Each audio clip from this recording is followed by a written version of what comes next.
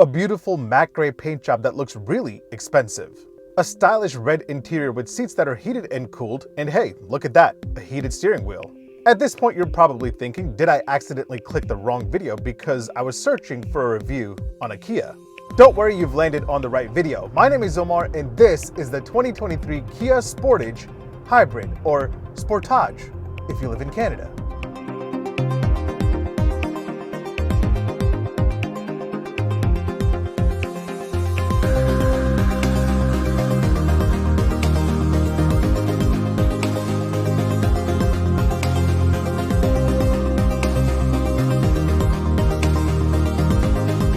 You know, every single time I post a video on a Kia on my TikTok or Instagram, there's always a comment that goes something like, yeah, but it's still a Kia. And I get it, it's really hard to break past your initial brand perceptions, but believe me when I tell you, Kia and even Hyundai are leading the way when it comes to innovation, styling, and offering you an almost luxury car style interior for a price tag that won't scare you away. Now, when it comes to compact crossovers, I totally understand if you said, yeah, but it's a Kia Sportage, because this was never really a solid option in this segment. The outgoing Sportage looked really weird, had a pretty crappy interior, and was just plain boring. But somehow, in 2021, 88,688 people in the United States bought one. Don't ask me why, but they did. Of course, that's still at the very bottom of the compact crossover sales wars. The Toyota RAV4 continues to dominate this segment with over 407,000 sold in 2021. The Honda CR-V came in next with over 361,000 sold, and the Nissan Rogue came in third with over 285,000 sold. Following the big three, you had the Mazda CX-5, the Ford Escape, the Hyundai Tucson, all of which sold between 140,000 to 160,000 units, but the Sportage was dead last. Well, all that's about to change. The new Kia Sportage here is hoping to make a comeback, and it isn't messing around. Besides this edgier design, a very stylish and upscale interior, the new Sportage also brings class-leading second-row legroom, class-leading cargo capacity, and a hybrid model that gets some of the best miles per gallon in this segment. There's also a plug-in hybrid on the way. So, if you're in the market for a compact crossover, should you consider the new Sportage? Let's find out. Well, first, forget everything that you knew about the Sportage and let me give you a tour of this new one, and then I'll give you my opinion on whether or not if you should buy this over the other compact crossovers in the segment. Make sure you hit like, make sure you hit subscribe. All right, let's do this. So right off the bat, let's see how the Kia Sportage Hybrid stacks up against other hybrid crossovers, because this segment is pretty competitive. Now, the Sportage Hybrid will offer you the best miles per gallon combined of any hybrid compact crossover at 43 miles per gallon combined, as long as you go for the front-wheel drive option. In this segment, only the Sportage and the Escape are available with front-wheel drive options. The rest of the hybrids, including the Hyundai Tucson, the Honda CR-V, and the Toyota RAV4, only come with all-wheel drive. That said, the all-wheel drive Sportage Hybrid sits alongside the Honda CR-V Hybrid with 38 miles per gallon combined. One other interesting note to point out here, the front-wheel drive Sportage Hybrid will give you an outstanding range of 589 miles on a full tank, while the all-wheel drive will give you 521 miles, so you'll be filling up much less. Now let's take a seat inside the new 2023 Kia Sportage, and yeah, it's a huge difference between the outgoing model and the new one. Not only is this a better interior than the outgoing Sportage, this is a better interior than all of the compact crossovers in this segment. This cabin feels very, very premium, and everything in here is built with very high quality materials. You have soft touch materials all over, even on the dash where most brands usually use hard touch plastic. I gotta say, this cabin has a very luxury car kind of feeling. One of my friends actually thought this cabin felt like something in the $50,000 to $60,000 range, so that says a lot. Now, unlike the gasoline-only Sportage, which is available in like 7 trims, the hybrid Sportage is only available in 3 trims, including LX, EX, and the SX Prestige that I'm driving here. The LX Sportage Hybrid starts at $27,290, the EX starts at $39,990, and the SX Prestige starts at $36,190. That said, let's take a look at all of the features you have in the new Sportage, starting with the tech. The SX Prestige that I'm testing here has a giant curved display with a 12.3-inch center touchscreen display that houses the Kia infotainment system. And it's a pretty straightforward infotainment system. You get wired Apple CarPlay and wired Android Auto along with navigation. Surprisingly, I have noticed that Sounds of Nature has started disappearing from Kias and Hyundais recently. Not sure if they're dropping that whole ambient sound thing, but I kind of enjoyed that. Nonetheless, the SX Prestige Sportage Hybrid has a pretty strong camera game. You have a 360 view camera, which is pretty sharp, but you also have a 3D camera view where you can circle around your Sportage and check out how bad of a parking job you just did. By the way, safety-wise, all the driver assist tech is here on the SX Prestige, including smart cruise control with stop and go, parking assist where this will actually automatically park itself, and highway driving assist. The lower two trims like the LX and the EX get lane keep assist, lane follow assist, rear parking sensors, and blind spot monitoring. Either way, this infotainment system is very easy to use. It's very smooth and free of glitches, definitely one of my favorite and one of the best in the industry. Now, you do get the same 12.3-inch touchscreen display with everything that I just mentioned on the EX, but if you drop down to the base LX, that gets an 8-inch touchscreen display. However, keep in mind the smaller screen will give you wireless Apple CarPlay and wireless Android Auto, and the larger one doesn't. So if you care about wireless phone connectivity, go for the base LX. Next up, the SX Prestige also has a 12.3-inch digital gauge cluster display, and it's the one we've seen on new Kia, Hyundai, and Genesis models. You don't have a full screen map view or anything like that, but you do have some smooth animations as you circle through the drive modes. Overall, it's pretty informative with a range of vehicle stats. That said, I was looking on Kia's website. If you go for the LX or the EX, you'll get a more toned down version of this digital gauge cluster. It's still a digital gauge cluster, but it will be smaller with a slightly different theme to it. And of course, I love these blind spot view monitors in the gauge cluster. These are only available on the top of the line SX Prestige. The LX and the EX don't have this at all, so that kind of sucks. Next up, let's talk about another screen, and it's right here in the middle. This screen has two functions. Right now, you see that it has all your media controls, your infotainment controls, and a few climate settings. Tap this button here and everything magically switches over and you have full settings for your climate controls. Tap it once again and it will take you right back to the media screen. Now, I get that this can be frustrating to some people that don't want to switch back and forth, but once you get used to it, it's not that bad at all. I personally like the fact that this setup minimizes the need for too many buttons. We saw this first on the Kia EV6, and now it's making its debut here on the Sportage. All Sportage Hybrid trims come with dual zone climate control as standard. You'll have this screen right here in the EX and the SX Prestige. However, if you absolutely hate this screen, you can go for the LX, and that will change the whole screen into physical controls for the climate settings. And it will actually bring your volume and tuning knob up next to the center to the touchscreen display. So if you like that setup with physical buttons separated with climate and media settings, and if you want wireless Apple CarPlay and wireless Android Auto, the LX is the one that you should go for.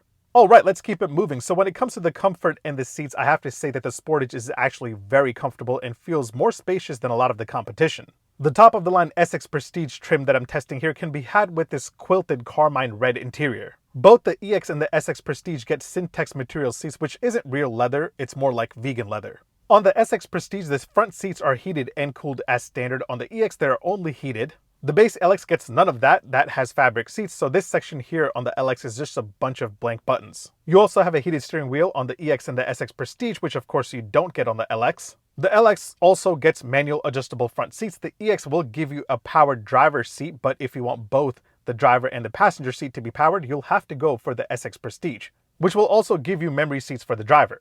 Now, if you're someone that cares about a solid sound system, you'll have to go for the SX Prestige because that's where you get an 8-speaker Harman Kardon sound system, and it sounds pretty solid. And then you have a wireless charger only available on the EX and the SX Prestige, and if you know me by now, you know I don't like that. I think wireless chargers should be standard across all of the lineup. They shouldn't just be reserved for the top of the line trims. Also, a panoramic sunroof is standard on the SX Prestige. It is optional on the EX and it's not available on the LX. So yeah, overall, I think this cabin is pretty solid and very premium looking and feeling. It definitely feels way more upscale than the competition.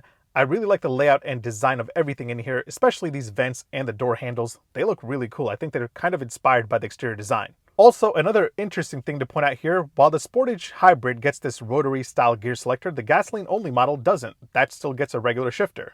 All right, let's check out the space in the back. Once you get back here, you're working with 41.3 inches of legroom. I'm about 6 foot tall. That is my seating position. As you can see, I have quite a bit of room back here. This is the same as the Hyundai Tucson, its sibling, but it's quite a bit more than the rivals like the Honda CR-V and the Toyota RAV4.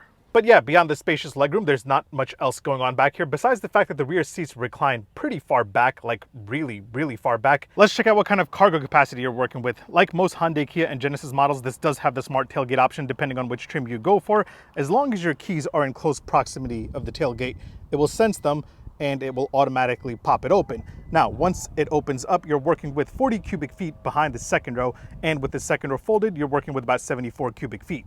Those are some pretty impressive numbers, making this better than almost all of the competition. It only gets beaten by its sibling, the Hyundai Tucson Hybrid, which will give you about 80 cubic feet with the second row folded. And one of the cool things here is that you can fold the second row just by pulling this latch right here in the cargo area. You don't have to go around the front to do so.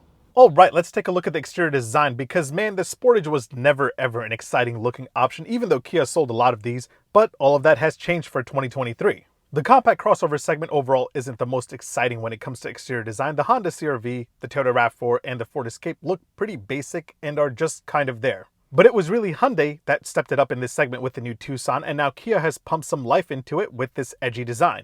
There are a lot of sharp creases and lines throughout this exterior. I'm really digging the front end with the new and larger take on the Kia signature Tiger Nose grille. And these headlamps are really cool. Well, not really the headlamps, but the daytime running lights. The headlamps kind of hide out down there. And I love this amber touch right here. Really, really solid looking set of headlamps. And then also on the front, you get the new Kia logo, which I'm starting to like the more I see it. Now from the side, you'll notice that the Sportage looks a little longer than the outgoing one, and that's because it is. It's actually quite a bit longer in length by a total of 7.1 inches, which is why you get that extra space inside. For comparison purposes, the Kia Sorento measures 189 inches. The Sportage now spans a total of 183.5 inches.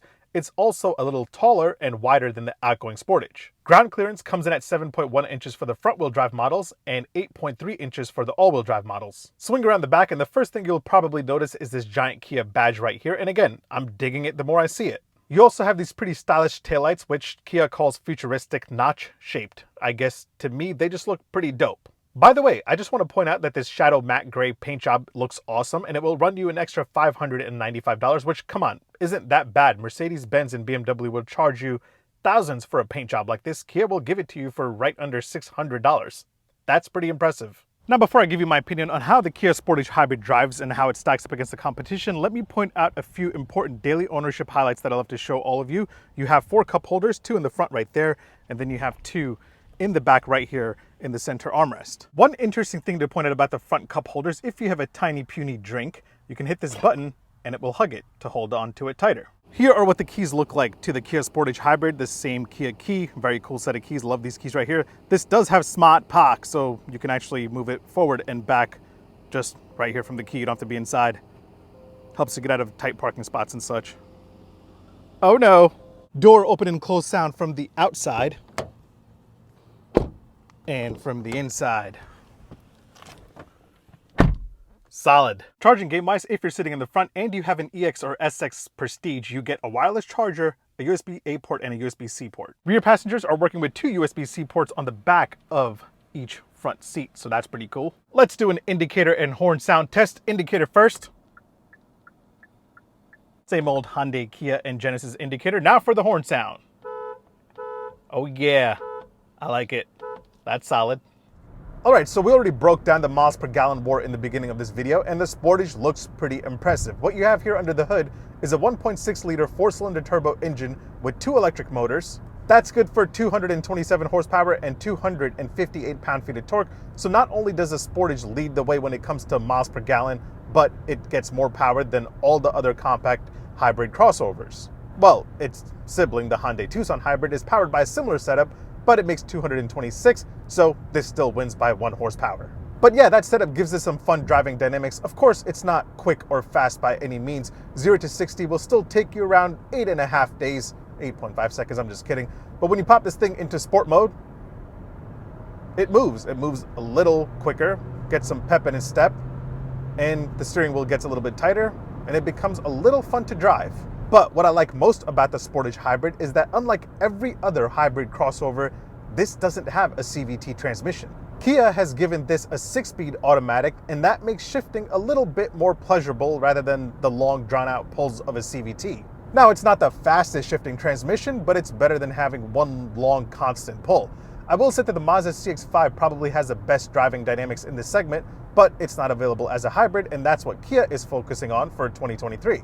The non-hybrid Sportage gets a 2.5-liter naturally aspirated 4-cylinder engine making 187 horsepower. Ride quality-wise, this thing is pretty smooth. As I always say, the Honda CR-V totally kills it in this segment when it comes to offering you a comfortable ride, and I feel like the new Sportage is right up there with the CR-V. But I will say, a lot of the comfort in the CR-V and the new Sportage comes from the insanely comfortable seats. Now, I've been driving this thing around for a week, and I'm pretty impressed with how it handles bumps and imperfections on the road on my daily route, but what I'm more impressed with is the spacious and comfortable cabin. I haven't driven the gasoline-only Sportage, and to be honest, after driving the Sportage Hybrid, I really don't care for that. With the amount of range, the outstanding fuel economy, and the small amount of power gain that you get with the hybrid, this is the one to go for. And don't forget, there is a 261 horsepower plug-in hybrid Sportage on the way as well. So where does this fit in my compact crossover rankings? Well, I'm still a big fan of the Mazda CX-5, and Honda just teased the new CR-V, and when that arrives, I'm guessing that will totally kill everything in the game. For now, my rankings go like this. The Mazda CX-5, because I like having some fun when I'm driving. The Honda CR-V and the new Kia Sportage actually tie for me now in second place. Coming in at number 3, I'll give it to the Hyundai Tucson, then the Toyota RAV4, then the Nissan Rogue, and then last, the Ford Escape. So yeah, if you're in the market for a new compact crossover, forget everything that you knew about the Sportage and definitely give the new one a test drive because you might be pretty impressed. Either way, thanks for watching. Make sure you hit like, make sure you hit subscribe, make sure you follow me on Instagram and on TikTok. My handle is @OmarDrives. I'll catch you guys in the next one. Take care. Peace. By the way, I totally love my Canadian fans. I have a lot of friends and family that live in Canada. I just think it's funny the way you guys pronounce some car names. Like Mazda is Mazda, and Sportage is Sportage, and Nissan Z is Nissan Z. Just let's all agree. I mean, in every other country, everything is pronounced differently, so you guys are just different. But I love you nonetheless.